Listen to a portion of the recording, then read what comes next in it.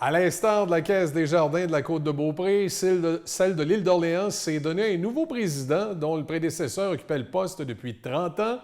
De gros souliers à chausser pour Jean Renaud, que mon collègue Marc Cochrane a rencontré. Bien, je peux vous dire que d'un, c'est un défi parce que quand même, M. Ferland a été très présent à la Caisse. Moi, je l'ai côtoyé quand même depuis les 25 dernières, en fait, 20 quelques années. Parce que lorsqu'il y a eu la fusion des caisses dans le comité de fusion qui a précédé, j'ai participé au comité de fusion, puis par la suite, j'ai joint le conseil lors de la fusion et la création de la Caisse de l'île d'Orléans comme telle en 2001.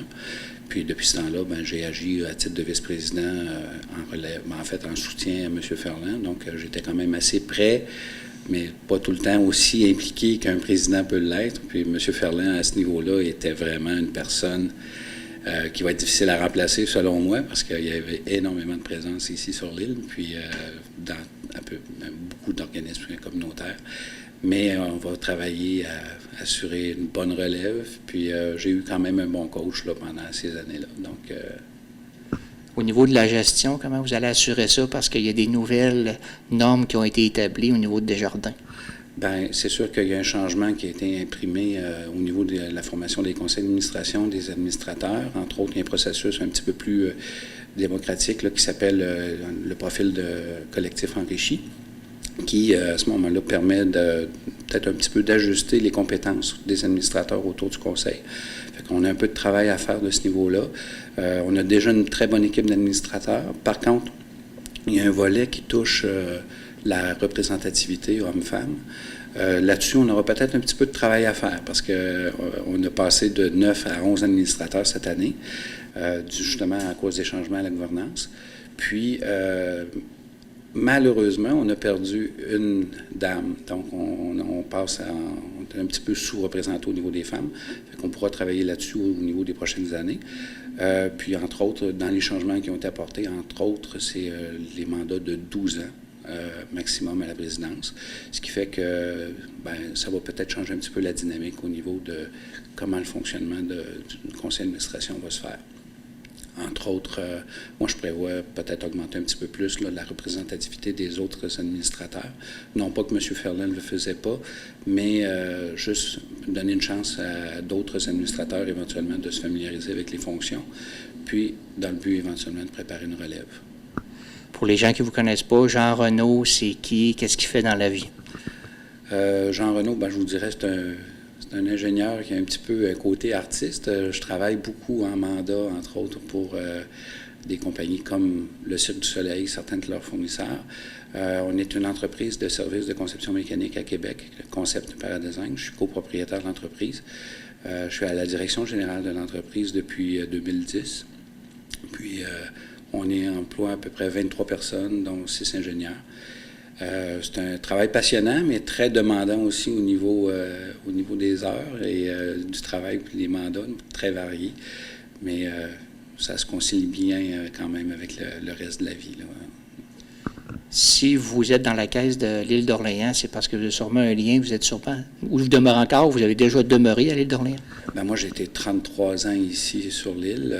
Il y a eu un changement de vie qui a fait en sorte que j'ai dû quitter. Mais par contre, je suis encore très, très près. Je demeure juste à Beauport, sur l'autre rive, côté nord. Éventuellement, il y aura peut-être un nouveau pont qui va faire en sorte de rendre ça un peu plus facile, peut-être au niveau de l'accès, un peu moins susciter l'impatience des insulaires et des gens qui veulent rentrer sur l'île. Mais je reste très, très près des activités des gens de l'île. Puis on est toujours soucieux d'assurer un bon soutien aux membres et aux clients, tant par l'équipe de la Caisse qu'éventuellement par les administrateurs. Fait que dans ce contexte-là, les membres, s'ils ont des projets, ou parce qu'entre autres, peut-être un point que je voudrais amener, il y a un fonds de 100 millions au Mouvement des Jardins. Il reste encore des fonds au niveau régional. Puis pour cet aspect-là, des gens qui auraient des projets qui peuvent rentrer à l'intérieur des critères d'éligibilité de ce fonds-là, la Caisse peut se faire un promoteur avec un membre ou une entreprise qui aimerait présenter un projet.